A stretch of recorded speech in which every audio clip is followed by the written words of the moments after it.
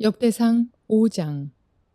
이스라엘의 장자 르우벤의 아들들은 이러하니라. 르우벤은 장자라도 그의 아버지의 침상을 더럽혔으므로 장자의 명분이 이스라엘의 아들 요셉의 자손에게로 돌아가서 족보의 장자의 명분대로 기록되지 못하였느니라. 유다는 형제보다 뛰어나고 주권자가 유다에게서 났으나 장자의 명분은 요셉에게 있으니라. 이스라엘의 장자 르우벤의 아들들은 한옥과 발루와 헤스론과 갈미요, 요엘의 아들은 스마야요, 그의 아들은 고기요, 그의 아들은 시므이요, 그의 아들은 미가요, 그의 아들은 르아야요, 그의 아들은 바알이요, 그의 아들은 부에라이니 그는 르우벤 자손의 지도자로서 아수르 왕 디글랏 빌레셀에게 사로잡힌 자라. 그의 형제가 종족과 계보대로 우두머리 된 자는 여이엘과 스가랴와 벨라니. 벨라는 아사스의 아들이요 세마의 손자요 요엘의 증손이라. 그가 아로엘에 살면서 느보와 바알모온까지 다다랐고 또 동으로 가서 거주하면서 유브라데 강에서부터 광야 지경까지 다다랐으니 이는 길르앗 땅에서 그 가축이 번식함이라. 사울 왕 때에 그들이 하갈 사람과 더불어 싸워 손으로 쳐 죽이고 길르앗 동쪽 온 땅에서 장막에 거주하였더라. 갓 자손은 르우벤 사람을 마주 대하여 바산 땅에 거주하면서 살르가까지 다다랐으니 우두머리는 요엘이요 다음은 사밤이요 또 야네와 바산의 산 사밭이요 그 조상의 가문의 형제들은 미가엘과 무술람과 세바와 요레와 야간과 시아와 에벨 7명이니 이는 다 아비아일의 아들들이라.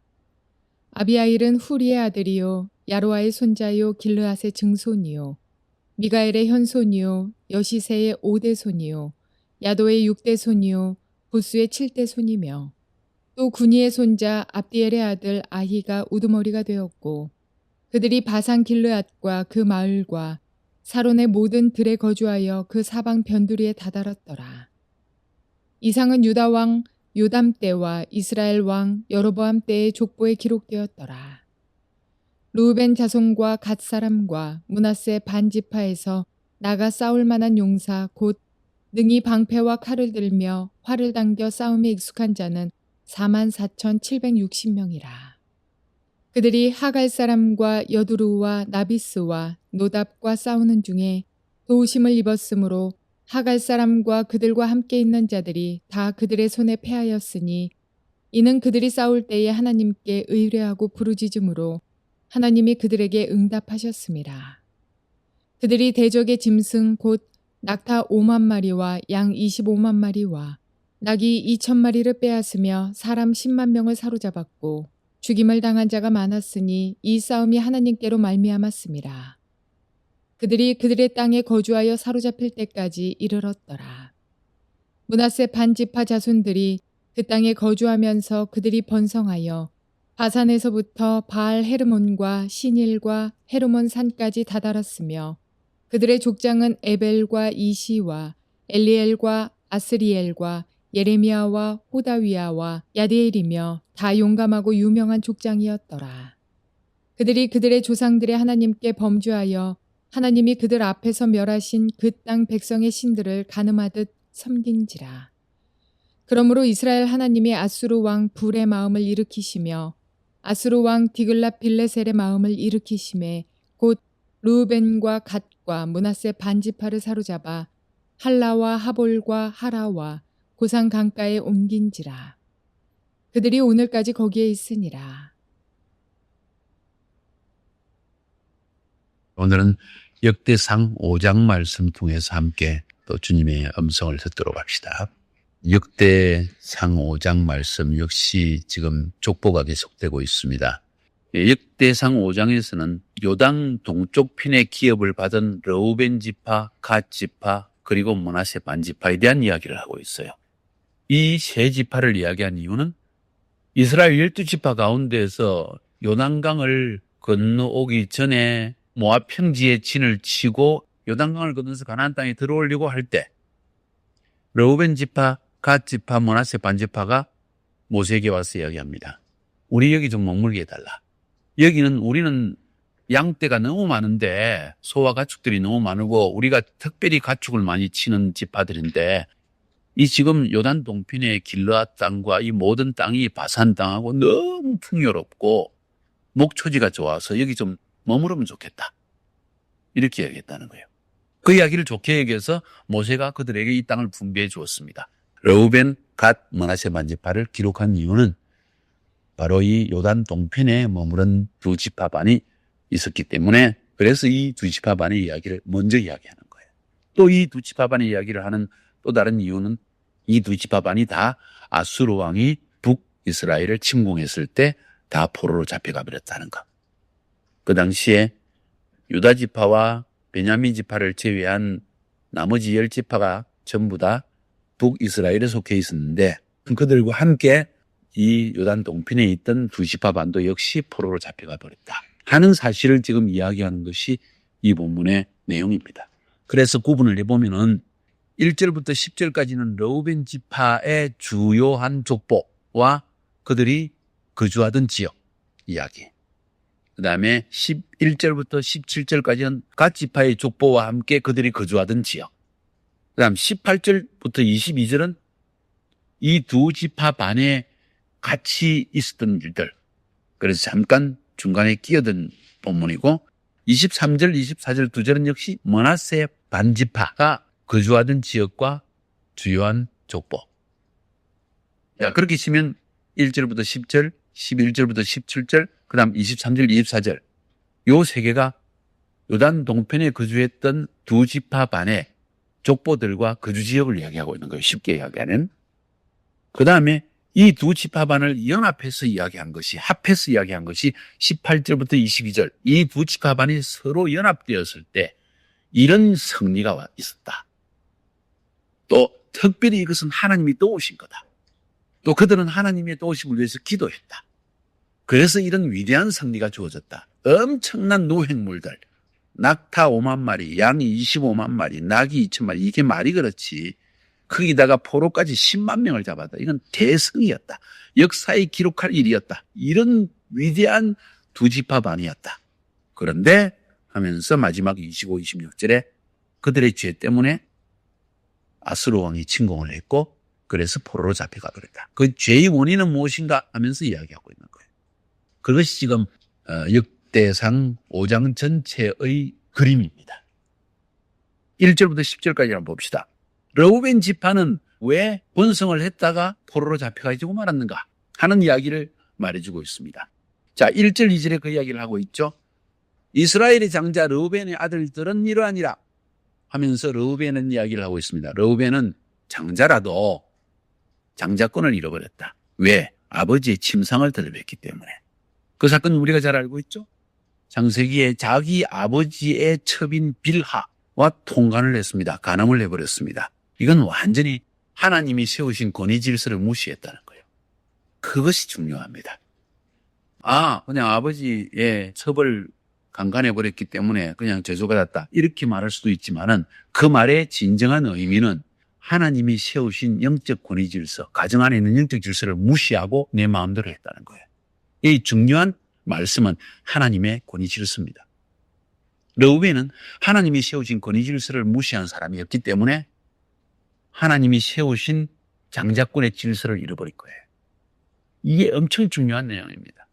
르우벤이 한 일은 단순히 아버지의 마음을 섭섭한 게 아니에요. 도덕적으로 죄를 지은 것이 아니에요. 그걸 넘어서는 일입니다. 무슨 일입니까? 하나님이 세우신 영적 질서를 무시해버렸다는 거예요. 그리고 내 마음대로 했다는 겁니다. 이게 교회 안에 우리의 가정에서 여러분의 삶에서 하나님이 세우신 영적 질서 이거 얼마나 중요한지 모릅니다. 그 영적 질서가 무너지면 하나님이 나에게 약속하신 영적인 축복의 질서도 무너집니다. 이걸 알아야 됩니다. 그것이 무서운 거예요. 그래서 우리가 교회 안에 순종을 가르치고 가정 안에서도 순종을 가르치고 모든 하나님이 세우신 영적 질서 그걸 귀중히 여기는 이유가 바로 그겁니다. 심지어 세상 가운데 세운 세상의 왕도 하나님이 세웠기 때문에 하나님이 혹은 심판을 위해서 혹은 축복을 위해 세웠다고 로마서에서 말하고 있는 거예요. 순종하라는 거예요. 하나님만 두려워하는 것이 아니라 하나님이 세우신 영적 질서. 남편도 영적 질서입니다. 머리입니다. 가정의 머리입니다. 교회의 목사님 영적 질서입니다. 권위 질서입니다.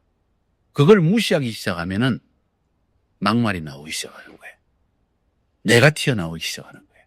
나의 의견이 앞서기 시작합니다. 옳은 것이 먼저 튀어나오기 시작합니다.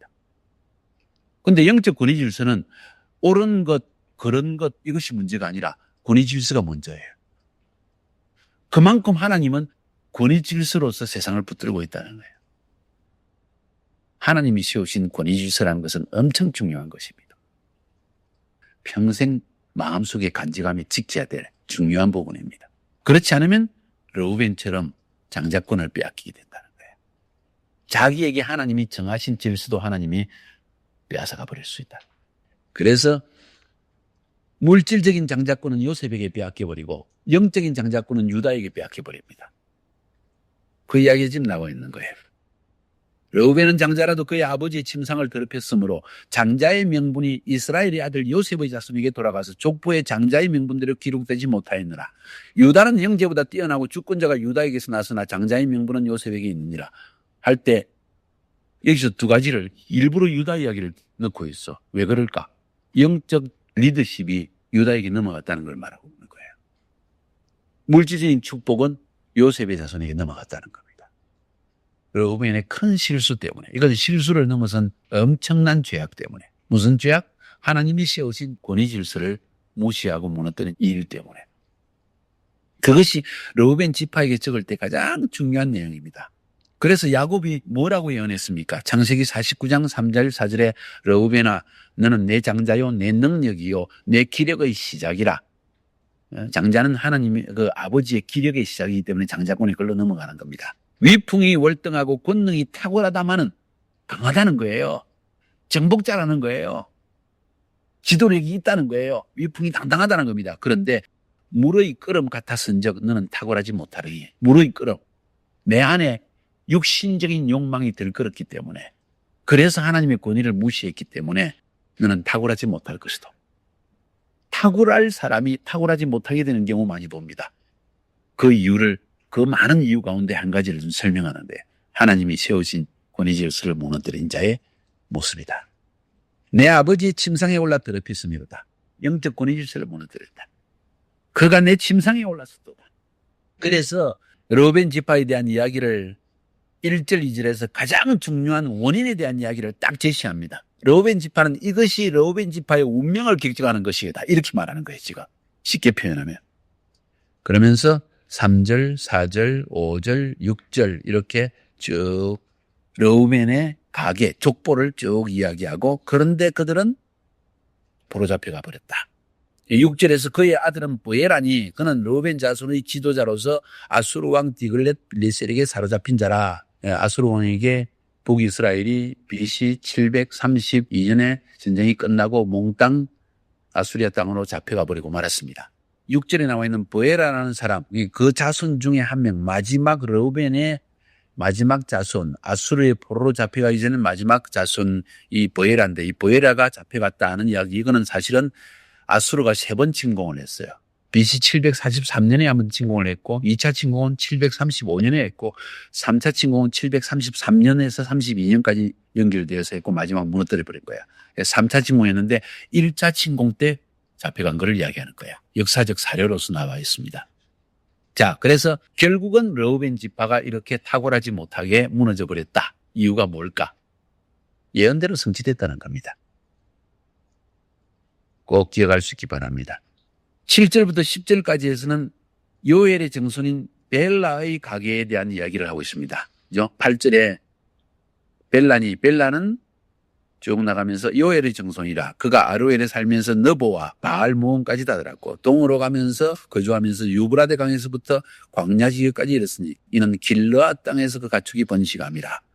또 사울 왕 때 전제 하갈 사람을 쳐 죽이고 길르앗 동쪽 땅에서 장막에 거주했다. 길르앗 르우벤 족속은 길르앗 땅에 살았다. 8, 9, 10절에서는 이렇게 르우벤이 기세당당하게 개척하고 리더십이 있었고 번창했는데 결국은 포로로 잡혀갔다. 그 이유는 르우벤이 이런 죄를 지었기 때문이다 하는 이야기를 지금 듣고 있는 것입니다. 그래서 한 지파의 시작과 마지막 흥망성쇠를 이야기할 때 예언의 성취였다 하는 사실을 지금 이야기하고 있는 것입니다. 그래서 여기서 배울 수 있는 것은 이 하나님께서 말씀하신 예언들이 반드시 우리 삶 가운데 성취되어진다는 것. 이 예언이 또 어떻게 나왔는가? 우리의 죄악 때문에 야곱의 입술에서 튀어나왔다는 것. 우리의 매일매일의 삶이 하나님 앞에 얼마나 하나님의 영적 권위 질서를 지키며 살아갈 필요가 있는가 하는 사실을 우리에게도 보여주는 중요한 부분이라고 저는 생각되어집니다. 그 다음 11절부터 17절까지는 갓 지파의 중요한 족보와 거주지를 이야기하고 있습니다. 갓 지파, 갓은 야곱의 7번째 아들입니다. 레아의 종 실바에게 태어난 아들이라고 성경 기록하고 있습니다. 맨 남쪽에 르우벤 지파, 그 다음에 갓 지파. 갓 지파는 중간에 끼어 살았습니다. 요단 동편에 살고 있었는데 야곱의 예언에 의하면은 창세기 49장 19절에 야곱은 갓에 대해서 예언하기를 갓은 군대의 추격을 받으나 도리어 그 뒤를 추격하여다. 용맹하다는 거예요. 용감한 족속이 될 것이다 하는 이야기를 우리에게 남겨주는데 오늘 이 본문에서도 르우벤 지파가 이렇게 넓은 땅을 용감하게 차지했다는 사실을 쭉 이야기를 나누고 있습니다. 그러나 이들도 역시 나중에 이제 25절, 26절에 보니까 포로로 잡혀간 이야기를 간단하게 기록하고 있습니다. 갓 지파에 대해서는 특별하게 기록한 내용은 없습니다. 다만 이 갓 지파에 대한 사실이 이미 성경 이외에 성경을 기록하기 전에 기록됐다는 사실을 잠깐 설명하고 있죠. 그죠? 17절에 이상은 유다왕 요담 때와 이스라엘 왕 여로보암 때 족보에 기록되었더라 하면서 갓 지파의 기록이 어디에서 출처했는가, 어디에서 이 사실을 알아냈는가 하는 것을 이미 이야기하고 있습니다. 그 정도로 하고 갓 지파에 대한 이야기는 끝냅니다. 그 다음은 므낫세 지파입니다. 23절 24절은 므낫세 반지파. 아주 간단하게 이야기했습니다. 하나님이 크게 번성하게 했다 하는 이야기입니다. 바산에서부터 헤르몬과 스닐과 헤르몬산까지 이르렀다. 제일 북쪽입니다. 헤르몬산이니까. 그죠? 그게 바산 땅. 바산 땅은 아주 바산의 암소하는 그 아모스 선지자 이야기도 나오지만은 풍요로운 땅, 목초지가 많은 땅. 그쪽 땅을 므낫세 반지파가 차지했다는 겁니다. 용감하게 그 지역을 점령해가지고 했다는 사실을 기록하면서 24절에 한마디로 다 용감하고 유명한 족장이었더라. 이 유명한 한때는 힘을 떨치고 용맹하고 정복하고 축복을 누렸던 목초지를 가졌던 엄청난 땅을 소유했던 엄청난 목장을 소유했던 이 지파들 어떻게 되었을까? 어떻게 되는가 하는 걸 말하기 전에 18절부터 22절까지 해서 이렇게 세 지파는 르우벤과 갓과 므낫세 반지파는 용맹하고 개척적이었고 하나님의 축복을 누렸고 그냥 리더십이 뛰어났고 하는 족속이었다. 그 이야기를 마무리 지으면서 18절부터 22절까지 해서 이 세 지파가 심지어는 서로 연합했을 때 하나님이 위대한 승리까지 주셨다 하는 사실을 지금 이야기하고 있습니다. 이 세 지파는 요단 서쪽에 있는 나머지 9개 반지파와 떨어져 있었기 때문에 자기들이 고립되지 않기 위해서 늘 연합해가지고 큰 승리를 이끌어낼 수 있었다는 겁니다. 특별히 하갈 족속과의 전쟁에 승리한 기록을 남기고 있습니다. 하갈, 이스마엘의 후손이라는 겁니다. 하갈 사람들입니다. 아브라함의 유종인 하갈이 낳은 이스마엘의 자손들의 이야기입니다. 거기에서 이들이 연합했을 때 그리고 하나님을 온전히 의뢰했을 때 일부러 그렇게 적고 있죠. 그죠? 20절에 도우심을 입었으므로 하나님이 도우셨기 때문에 이겼다는 이야기를 하고 있습니다. 그들이 용맹한 사람이었기 때문에 라기보다는 용맹하기도 했지만 하나님이 도우셔서 이런 승리를 주셨다. 왜냐하면 그들 힘 다 합해야 44,760명 18절에 나와 있잖아요. 그거밖에 안 되는데 사로잡은 사람이 몇 명? 10만 명이야. 그러니까 사실은 잽이 안 되는 전쟁이었는데 하나님이 도우셨기 때문에 그 용맹한 것을 이용해서 하나님이 도우심을 힘입어서 결국은 엄청난 가축대를 전리물로 빼앗게 되고 10만 명의 포로까지 잡게 되는 이 놀라운 전쟁의 승리를 얻었다. 이런 이야기를 지금 하고 있는 겁니다. 왜 이야기합니까? 포로로 잡혀가기 전만 해도 그들이 연합했고 또 하나님이 그들을 도우셔서 또 그들이 하나님을 의지했기 때문에 그리고 하나님께 기도했기 때문에 이렇게 용맹할 수 있었다는 겁니다. 그런데 결말은 무엇인가 하는 것을 25절부터 26절에 적고 있습니다. 그들이 그들의 조상의 하나님께 범죄하여, 하나님께 범죄했다면 하나님께 범죄했다. 사람에게 범죄한 것이 아니라 하나님께 범죄했다. 하나님이 그들 앞에 멸하신 그 땅 백성의 신들을 간음한 듯 섬긴지라. 엄란하게 섬겼더라. 그들의 실패 원인은 이방신을 섬긴 것, 이방신을 섬겼다는 사실보다 더 중요한 것, 하나님을 의지 안 했다는 거예요. 쉽게 표현하면. 하나님을 의지하지 않고 돈을 의지하든지, 내 지혜를 의지하든지, 내 경험을 의지하든지, 내 스펙을 의지하든지, 내 은사를 의지하든지, 이것이 죄악이라는 거예요. 하나님 보시기에. 우상숭배라는 것은 무엇일까? 하나님 이외에 다른 것을 의지하는 것을 우상숭배라고 이야기하는 거예요. 그것이 범죄라는 겁니다. 통장에 넣어놓은 돈을 의지하는 것. 내가 지금까지 쌓아놓은 어떤 스펙, 이만하면 됐지, 이제는 안심하자. 이게 벌써 하나님을 의지하지 않는 태도라는 거예요. 내 배경이 이 정도 되니까 이제는 뭐 괜찮겠지 하는 마음, 이게 교만이라는 거예요. 그래서 하나님은 때때로 우리에게 교만하지 않도록 긴장되는 상황을 늘 만들어내십니다. 그래서 시편 기자는 이야기할 때 가난하게도 마옵시고 부하게도 마옵시고, 가난해서 내가 하나님을 대적할까 두렵고, 너무 부유해서 하나님을 모른다 할까, 물질을 의지해서, 그게 두렵다는 거예요. 긴장 상태. 그게 오히려 축복이라는 거예요. 왜? 잘못하면 이 우상숭배할 수 있으니까. 너무 부유해서 돈을 의지해서 내가 우상숭배하는 거야. 너무 가난해가지고 하나님이 나를 돕지 않는다고 생각하고 다른 것을 의지하고 하나님을 욕할까 봐서, 그것도 두렵다는 거예요. 그게 시편 기자의 마음이에요. 사람이 마음이 부유해지면 우상숭배를 한 거예요. 벌써.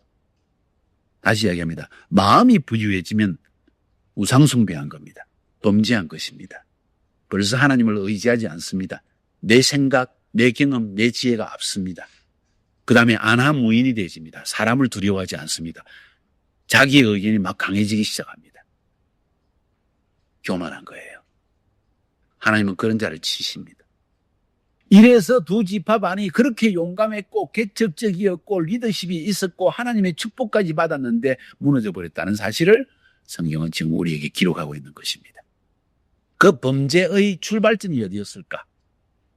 약속의 땅에 들어가지 않고 머무른 것이 문제였습니다. 사실은 풍요로움에 눈이 멀었다는 거예요. 요단강 동편에 풍요한 목초지, 풀이 많고 자기들은 가축이 많아서 여기에 살면 잘 살 수 있겠다 생각한 거예요. 그게 먼저 앞섰던 거예요. 하나님이 약속으로 주신 땅을 들어가야 된다는 우선순위를 상실했다는 겁니다. 우리 한국 땅의 크리스찬들도 많은 사람들이 두 지파 반에 속한 사람이 있다는 거예요.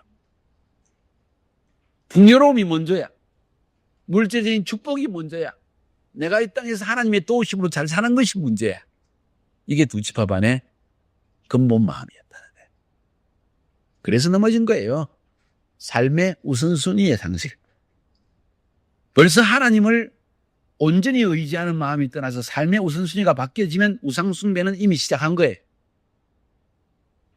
그 신이 지금도 우리에게 있는 거예요. 세속주의라는 이름으로. 다른 거 없어요. 똑같아요. 몇천 년 전이나 지금이나 변함없는 사단이 얼굴만 달리하고 나타났을 뿐이라는 거예요. 르우벤, 갓, 므낫세 반지파, 그러니까 요단 동편의 두 지파 반은 이 풍요의 신에 빠져버린 거예요. 그리고 결국은 넘어져 버린 거예요. 하나님을 온전히 의지하지 않고 그의 약속의 말씀이 삶의 우선순위가 되지 못하고 이 세상의 풍요가 먼저 삶의 우선순위가 되었기 때문에 그 결과는 아수르의 포로로 잡혀갔더라. 비참한 신세가 되었더라는 종말은. 자, 그러니까 얼마나 바른 인식을 가지고 살아야 되는지를 성경은 말해주고 있는 거예요. 오늘 본문에서 크게 깨닫게 해주는 것은 영적 권위질서, 하나님이 세우신 권위질서를 무시하고 내가 똑똑하다고, 내가 안다고, 내가 더 많은 경험이 있다고 해서, 내가 돈이 좀 있다고 해서 만약 그 영적 권위질서를 무시하는 행동이, 말이, 생각이 나오기 시작한다면 이건 망조가 된 거예요. 벌써 멸망의 길을 들어선 거예요. 두 번째는 하나님을 온전히 의지하는 그런 마음을 내 마음속에 굳게 간직하지 못한다면 물질적인 풍요로 평안함, 부유함 이런 것이 내 삶의 우선순위가 되어지면 그 다음에는 반드시 하나님을 마음으로는 생각으로는 하나님을 아는 것 같지만 하나님을 온전히 의지하지 않아요. 벌써 우상숭배는 내 안에서 시작된 거예요. 이 위험성을 오늘 본문은 우리에게 말해주고 있습니다.